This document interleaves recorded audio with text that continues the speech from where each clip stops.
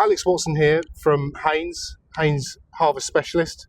I'm here today with Woz from MacDon to talk about this MacDon windrower.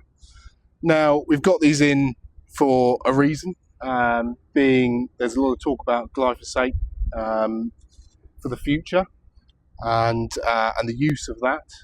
If we look into Europe, we're seeing that it's starting to get banned for desiccation. So we're sort of thinking that's going to become the norm over here at some point, which is inevitable, really. So today, Woz is just going to show us around the machine, and we'll go from there. So we've got here a MacDon N2 170. The N2 is the series, the 170 is the horsepower, the NT at the end is narrow transport. Narrow road transport, back axle goes in and out on the hydraulics. The front axle also does that. We can't really travel without the weight block in wide, so we have to be narrow to pull the weight block, which is for on the road, and then we pull the trailer behind us. So looking at it, Woz, from a steering point of view and a driving direction, it's a dual drive machine. Yeah. So the seat presumably spins round. Yeah. And where does our steering come from? Is it these dollies at the front here? Or? No, there's no steering on these wheels. It's all on the two back wheels. So it's a hydraulic motor in each back wheel, just like it used to be, but it's a whole lot more steady than the old prancy things of days gone by. People can rest a lot easier. I mean, we've been around some pretty narrow roads, haven't we, Alex? Yeah. And it's just under 3.45 or something. It's barely as wide as the current combines today. So if you're getting around with a combine, you're going to get in with us. So driving down the road, we're facing this way. We've got a couple of poles up. We can see the edge. Cars can see our marker signs. And then once we get into the field, we just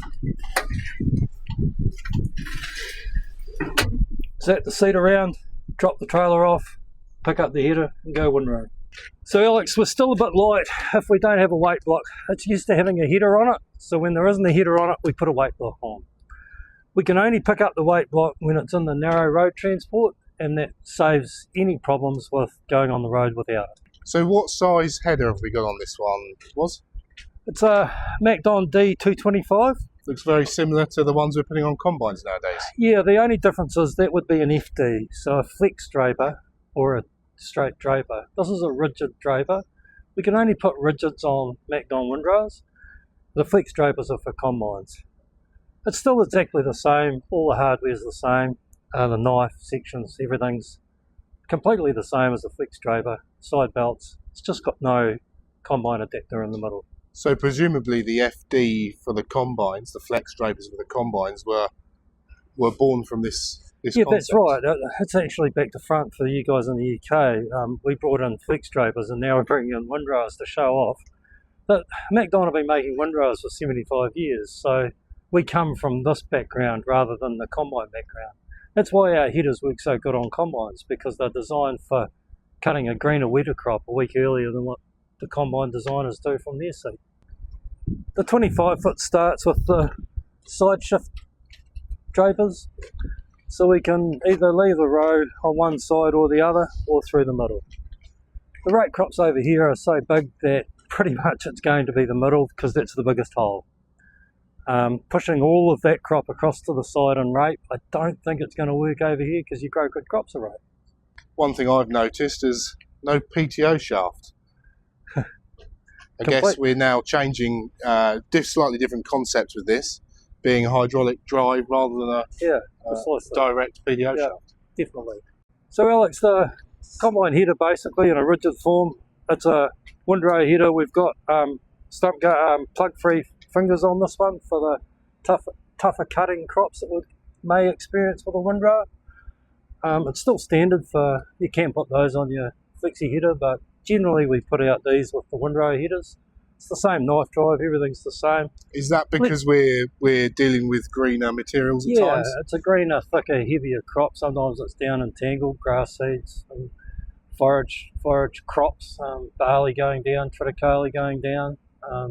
It's going to cut through it rather than pull it out. We don't want any dirt in a silage pit, in a row for the silage guys, so let's keep it out of it. Okay Alex, we've dropped the weight block off, pull out the Haynes. In the table, and we're ready to go into field mode.